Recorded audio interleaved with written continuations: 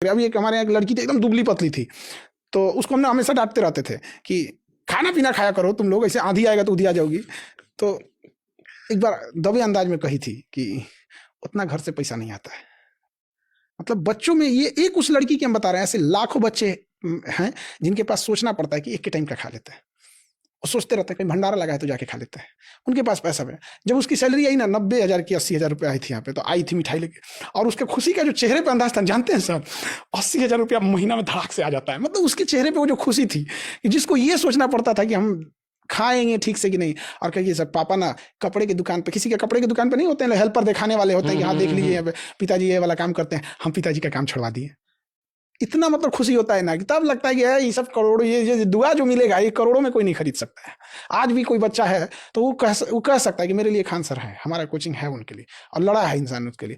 देखिए एक चीज होता है कि कल को कोई कोचिंग खोल देकर देखे हम 50 रुपये में पढ़ाएंगे, तो स्टैंडर्ड नहीं ना मेंटेन कर पाता है। दुनिया का सबसे बड़ा कोचिंग है कि स्टैंडर्ड जिस जगह पे है वहां से अगर हम 200 की चीज को 2000 भी करेंगे तो लोग मजबूरी है आएंगे यहाँ, तो उस जगह पे खड़े होकर आप तब वहां पे कर सकते हैं। यहाँ पे एक बड़ा वो फेमस कोट है कि हमको बड़ा खराब लगता था जब ये महंगी फीस ली जाती थी, लेकिन एक कहावत कहा जाता था, if you don't like the rule follow the rule, go on the top change the rule.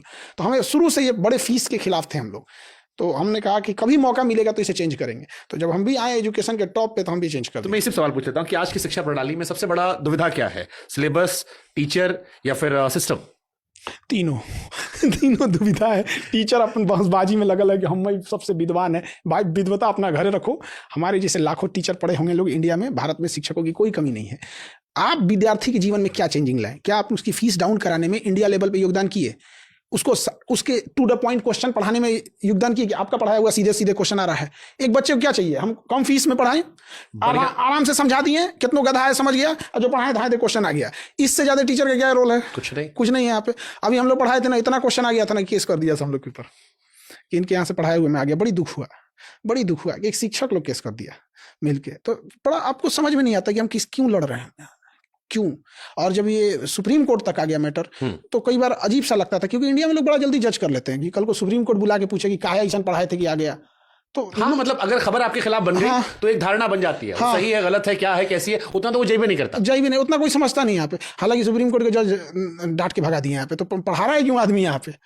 उन्होंने एग्जाम्पल भी दिया कि हम लोग भी जब पढ़ते थे तो एक सामने कोई बुक्स आती थी जिसमें हम लोग को पता था कि इससे क्वेश्चन आएंगे, तो आदमी पढ़ाता ही किस लिए यहाँ पे। तो हम यही मेन होता, टीचर का यही, इसके सिवा टीचर का क्या काम है। अब कोई कहेगा कि संस्कार सिखाना चाहिए शिक्षा के लिए, उसामा बिन लादेन भी बहुत पढ़ा लिखल था। हाँ, दुनिया का जितना खतरनाक काम है पढ़े लिखे लोगों ने किया है। सही बात है। माँ बाप के समय जो संस्कार घर से मिलता है वो बहुत जरूरी होता है। एक इंसान का अपना मानवता क्या होती है, वरना स्कूल को प्रोफेसर सब तो